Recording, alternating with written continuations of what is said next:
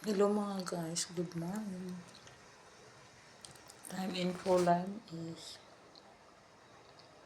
10:35 a.m. Wako ka duty mga guys. Sakit kaya akong ngipon. Wala ko ipanihapon.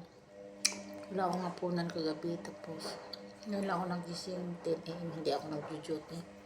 So, breakfast ko mga guys. Ayan ako namaga yung ipin ko mga guys. Ang breakfast ko ngayon ito, chicken with broccoli, carrots, and repolyo, and then bread. Ito po yung breakfast ko ngayon. Grabe, haggard kasi ang mukha ko ng guys. Ang sakit ng ipin ko. Pero, pinilit kong kumain. Baka mabibinat ako. Ayan na mag-aong. Bread muna ang kinain mo ngayon. Chicken and broccoli, carrots, and repolyo. Cabbage.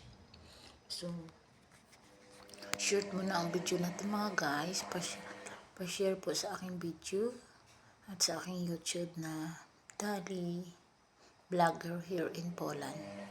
Sa lahat ng mga friends, kamag-anak ko, paka-share and subscribe sa aking YouTube. Hindi po ito para sa aking sarili, hindi para kung siswertihin po, God is good, makatulong ako sa mga nangangailangan. Yan po ang promise ko. At magandang umaga at magandang hapon po sa Pinas. Saan mang sulok ng mundo.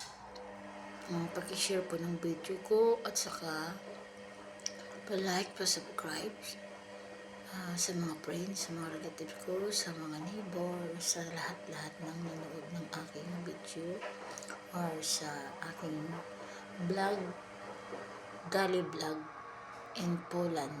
Thank you po and God bless all.